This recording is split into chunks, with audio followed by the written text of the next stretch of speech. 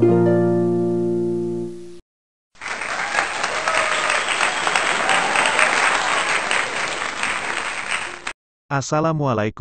warahmatullahi wabarakatuh. Apa kabar teman-teman? Selamat datang kembali di channel Bismillah Sukses. Semoga kita semua dalam keadaan sehat walafiat, serta ada dalam lindungan dan rahmat Allah Subhanahu wa Ta'ala.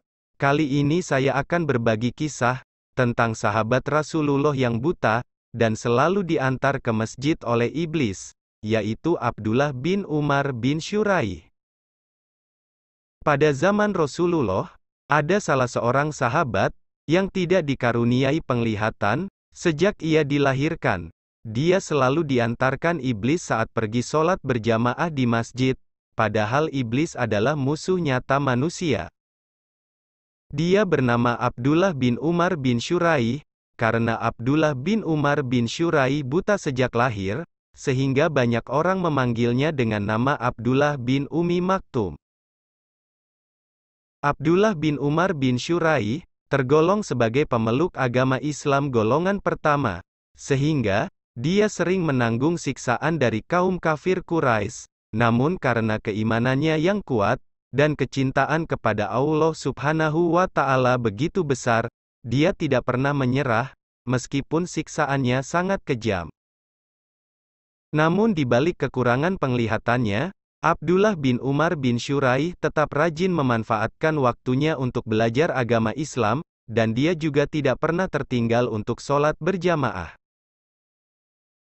Pada suatu waktu, Abdullah bin Umar bin Syuraih datang menemui Rasulullah Shallallahu Alaihi Wasallam. Ia bermaksud minta izin untuk tidak menghadiri sholat berjamaah, karena tidak ada orang yang menuntunnya pergi ke masjid. Wahai Rasulullah, bolehkah saya meminta keringanan untuk tidak mengikuti berjamaah sholat subuh, kata Abdullah. Apakah engkau mendengar suara azan? Tanya Rasulullah Shallallahu Alaihi Wasallam.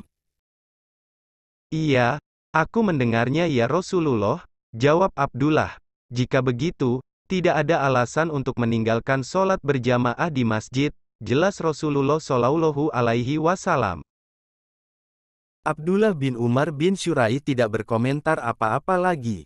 Ia pun bertekad menjalankan apa yang diperintahkan oleh Rasulullah Shallallahu Alaihi Wasallam. Bahkan dalam hatinya Abdullah berjanji akan istiqomah ke masjid untuk berjamaah sholat subuh.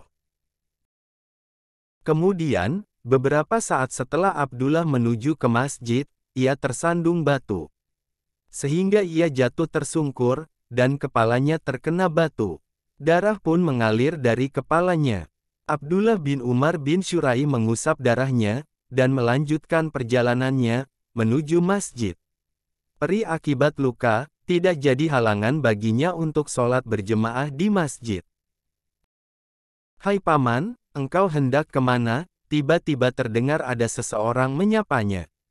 Aku hendak ke masjid, jawab Abdullah singkat. Maukah aku bantu mengantarmu paman? Aku akan menunggumu dan mengantarmu pulang nanti, kata orang tadi. Baiklah, terima kasih, jawab Abdullah senang. Abdullah bin Umar bin Syuraih bersyukur, karena Allah mengirimkan seorang penolong baginya. Sebab, tidak hanya hari itu saja, orang tersebut menuntunnya ke masjid. Setiap hari orang itu menuntut Abdullah, bahkan, dia menunggu Abdullah dengan sabar, hingga selesai sholat berjamaah. Lalu menuntunnya kembali pulang. Abdullah sangat senang, karena ada lelaki baik hati yang menolongnya, bahkan tanpa minta imbalan sekalipun. Namun anehnya, lelaki itu tidak pernah memberitahu siapa dia sebenarnya. Setiap kali Abdullah bertanya, lelaki itu mengelak. Hingga suatu hari Abdullah bin Umar bin Syuraih benar-benar ingin tahu siapa yang menuntunnya. Siapakah namamu wahai Fulan? Tanya Abdullah dengan sangat penasaran. Paman tidak perlu tahu siapa namaku, jawab lelaki tersebut. Kalau begitu, jangan menolongku lagi. Aku tidak mau ditolong oleh orang yang aku tidak mengetahui namanya, kata Abdullah dengan perasaan yang sangat kecewa. Mendengar pernyataan Abdullah itu, lelaki tadi tampak sangat bingung, sebab ia ingin menuntun Abdullah bin Umar bin Syurai setiap hari. "Baiklah, sebenarnya, aku adalah iblis," jawab lelaki itu. "Buat apa engkau menolongku? Bukankah pekerjaanmu menghalangi manusia berbuat kebaikan?" tanya Abdullah dengan perasaan heran. Ingatkah engkau, saat pergi ke masjid, lalu engkau tersandung batu, dan kepalamu berdarah? Tanya iblis. Iya, aku masih ingat, jawab Abdullah singkat. Ketika itu, aku mendengar malaikat mengatakan, bahwa separuh dosamu diampuni karenanya. Maka dari itu, aku tidak mau engkau terjatuh lagi, sehingga habislah dosamu diampuni semuanya, kata pria yang ternyata iblis tadi. Abdullah terkejut, ternyata, lelaki budiman yang menolongnya adalah iblis, yang tidak ingin dosa-dosanya dihapus semuanya. Dari kisah tadi, kita dapat mengambil sebuah pelajaran, bahwa sebaik-baiknya perilaku iblis atau setan kepada kita, semua itu hanyalah tipu daya, pasti ada niat jahat yang terselubung, untuk menjerumuskan kita. Demikianlah, kisah tentang seorang sahabat Rasulullah yang buta, dan selalu diantar iblis untuk pergi ke masjid. Semoga bisa bermanfaat dan jadi pelajaran bagi kita semua. Wassalamualaikum warahmatullahi wabarakatuh.